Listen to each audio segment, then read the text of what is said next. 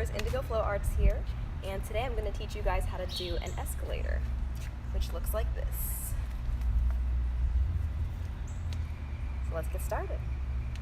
So for this I would recommend a smaller sized hoop, something that you feel very comfortable inside of, because this move is kind of intuitive. It's going to be really tricky to get at first, so you want to make sure you're very comfortable with how big the hoop is, so that way, you know, when you're being aware of the space inside of it, you can kind of guess where it's going to land.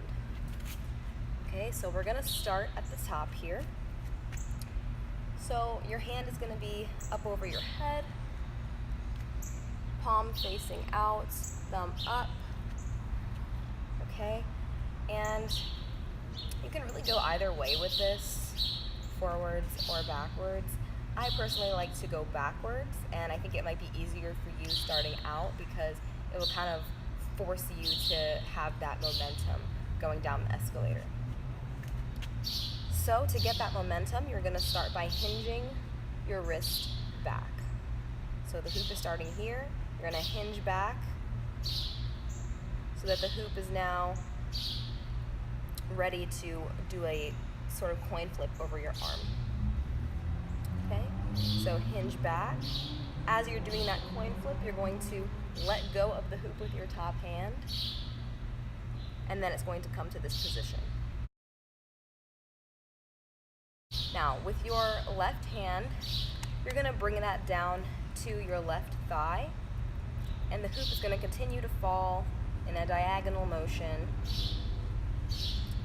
And this is where it helps to have your left hand down on your left leg, because you can kind of guide the hoop here, guide it downwards, as opposed to if it was just hitting your leg, it might just kind of go all over the place. So by having that left arm there, you can really guide it down back to your right side. Okay, so we're going to do it from the top again.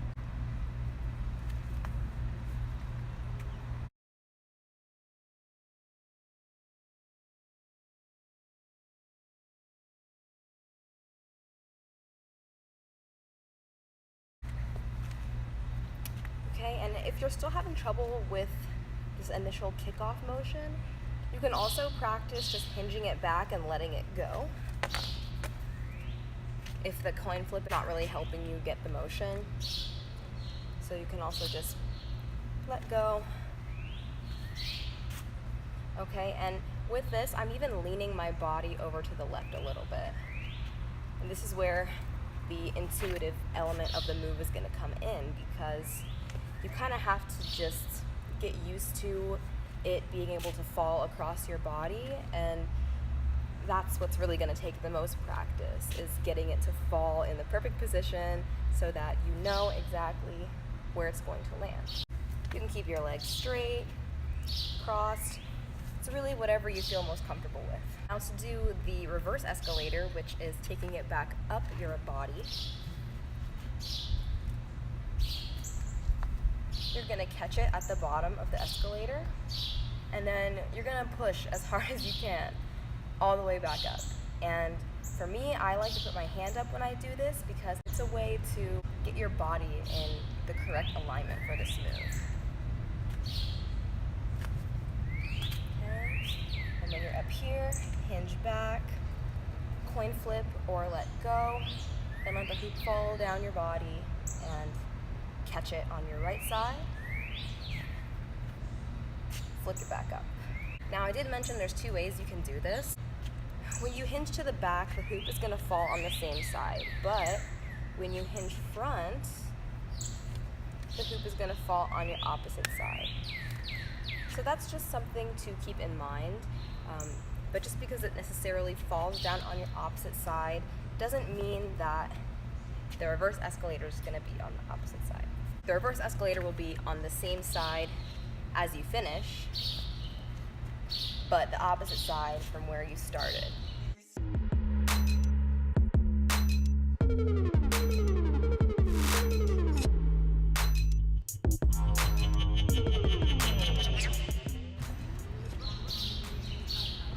Okay, So I hope this was helpful.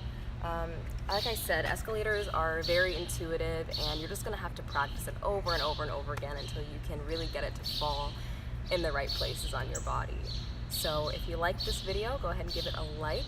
Don't forget to click that little red subscribe button at the bottom for more tutorials and flow videos and other types of videos from me. And I'll see you in my next video.